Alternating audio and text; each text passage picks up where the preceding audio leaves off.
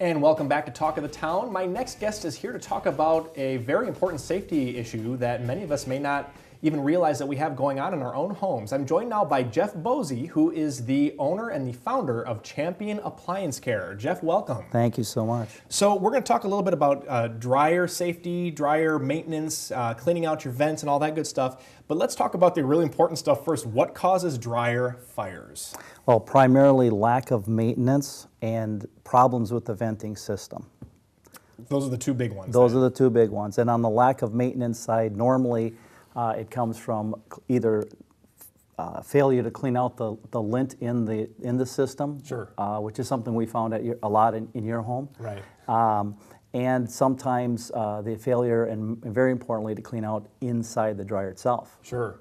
And so just full disclosure for our audience today, Jeff's company came and did some work on my home. They cleaned out a very large bird's nest from my dryer and also cleaned out, or dryer vent I should say, and they also cleaned out the dryer as well. And they did an excellent job. I mean, honest to God, my clothes dry in about a quarter of the time now. Yeah, we find that all the time, Yeah. not just in case there's a bird or a chipmunk in the system, which happens, but just the lint buildup alone. Yeah, and you know, is lint buildup inside the vent the primary? I mean, is that the primary cause for fires in the vent, or is it more so in the dryer itself? Really both. That's a great question. Sure. Of the 15,000 fires that occur each year throughout our country related to dryers, failure to clean is the #1 reason, according to the U.S. Fire Administration. 15,000. 15,000, that is correct. And it's become more problematic really in the last 25 years because of the type of construction of the homes and condominiums that have changed. Sure.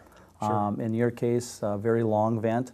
In homes pre-1990 or so, the vents were not as long, Right. so the lint that gets past that filter can escape out the home much easier. And how does a dryer vent contribute to overheating?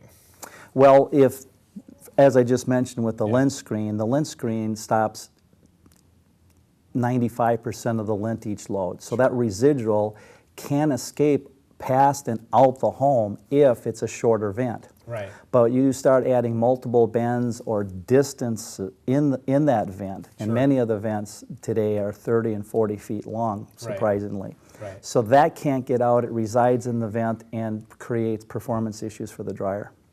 Now, the flexible vent behind the dryer, which you brought a couple of examples of that, is fairly short. Now, wouldn't you think that the longer part would be more of the problem then? Is that kind of the issue that you've seen? Two things, correct. This is the typical free installation product. Mm-hmm. When this product compresses, it does not maintain a 4-inch form. Right. So the answer to your question is it's both. Okay.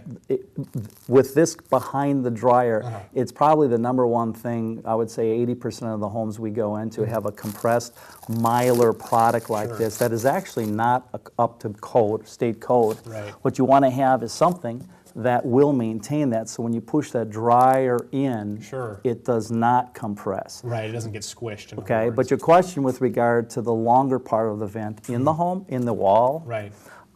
if, as we already mentioned earlier, if that vent is longer, there's going to be more opportunity for that lint just to set in there and Right. eventually clog up that vent, and now that dryer's laboring. I Right. believe in your case it was taken 3 or 4 times to dry, although you had a nest Right. complicating it. Right, right.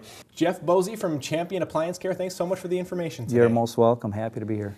And don't go away. When we come back, we're going to be talking about a vegan chili cook-off. It's Talk of the Town on CW57.